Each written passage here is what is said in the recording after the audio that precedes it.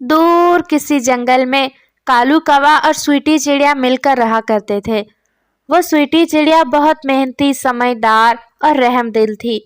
अपना ख्याल रखने के साथ साथ जंगल के बाकी तमाम पक्षियों का ख्याल भी उसके जहन में होता और उसका दिल बहुत नरम था, हर पक्षी के लिए सोचा करती थी।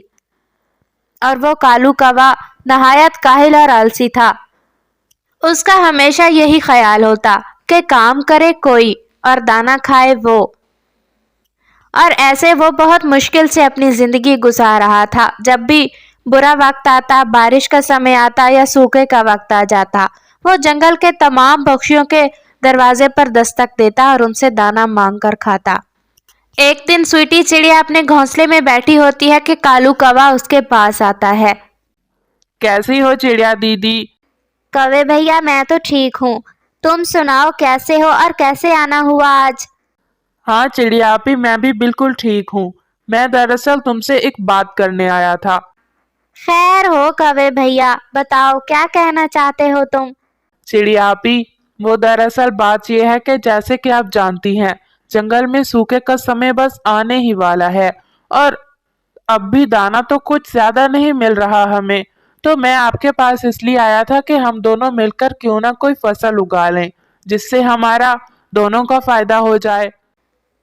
हाँ हाँ कौवे भैया, जैसे तुम्हारे बड़ों ने उगाई थी गंदम की फसल हमारे बड़ों के साथ। नहीं नहीं चिड़िया आपी, आप गलत समझ रही हैं। अब मुझे समझ आ गई है कि हमें कुछ न कुछ पाने के लिए कुछ मेहनत तो जरूर ही करनी पड़ती है, और इस बार मैं आपके साथ बराबर मेहनत करवाऊंगा और फिर बराबर हिस्सा भी तकसीम करूंगा। ठीक है कौवे भैया, अगर इस बार तुम्हारी नीयत साफ है तो मैं तुम्हें एक आइडिया देती हूँ।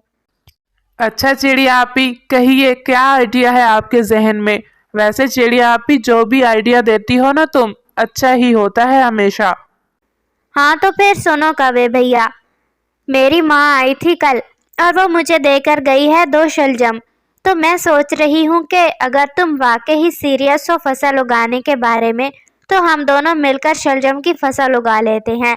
मिलकर उसकी देखभाल कर लेंगे और जब फसल हम कटाई करेंगे तो हम दोनों बराबर हिस्सों में तकसीम कर लेंगे। वैसे तो ये 2 शलजम हम सिर्फ 2 दिन में ही खा सकते हैं, लेकिन अगर इनकी फसल उगा ली जाए तो ये हमारा पूरा साल भर का दाना निकल आएगा। और अगर बारिशें आई या सूखे का समय आया तो हम जंगल के बाकी पक्षियों की भी मदद कर पाएंगे।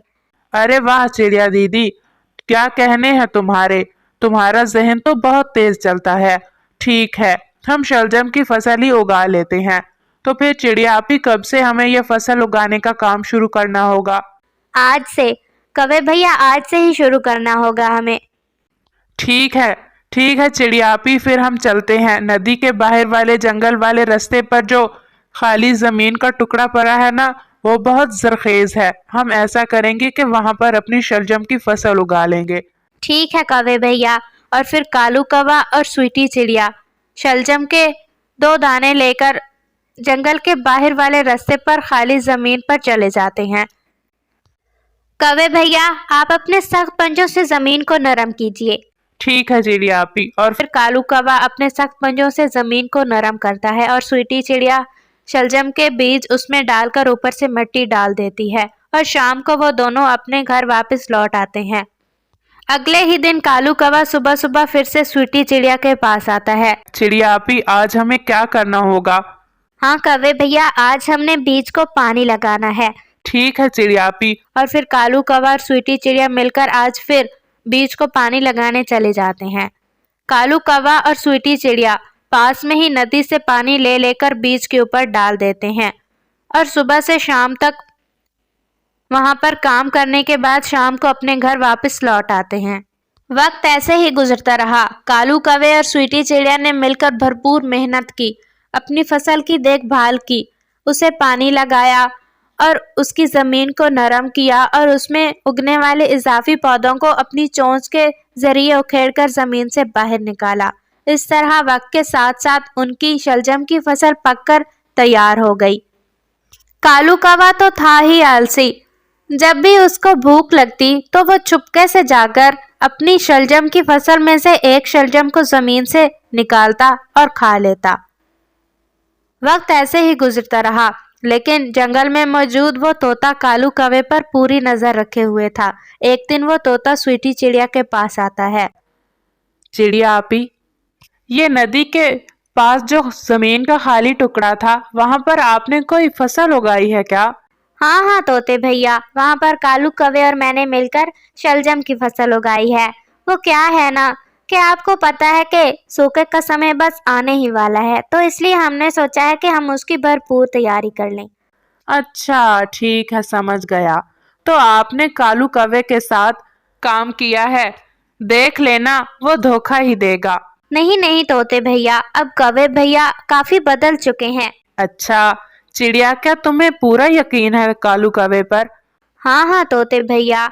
अच्छा, अगर तुम इतना ही यकीन कर रही हो तो अभी इस वक्त भी जो कालू कौवा है वो शलजम की फसल से शलजम निकाल कर खा रहा होगा।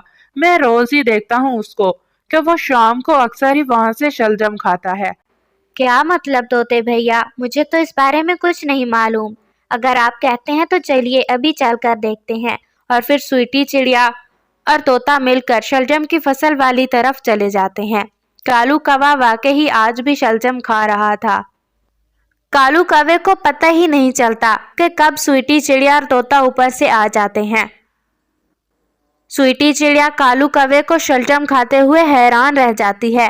कौवे भैया, ये तुम क्या कर रहे हो? तुम्हें जरा शर्म नहीं आई? हालांकि तुमने मुझे कहा भी था कि इस मर्तबा तुम जरा भी बेईमानी नहीं करोगे, लेकिन फिर भी तुमने वही किया। चिड़िया अभी आप? हाँ मैं। कौवे भैया शुक्र है, ये तो आज भी मुझे तोते ने बता दिया कि तुमने सारे शलजम खाए हैं, वरना तुमने तो कल साफ मुकर जाना था और यही कहना था कि चिड़िया आपी, जंगल का कोई पक्षी खा गया होगा ये शलजम की फसल। तोते भैया, अब आप देख रहे हैं ना कालू कौवे ने मेरे साथ कितना बुरा किया है। और फिर स्वीटी चिड़िया गुस्से में आकर सारी शलजम की फसल उखेड़कर अपने घर लेकर चली जाती है, बजाय कालू कौवे के साथ बराबर हिस्सा तकसीम करने के। और कालू कौवा स्वीटी चिड़िया का मुंह देखता रह जाता है।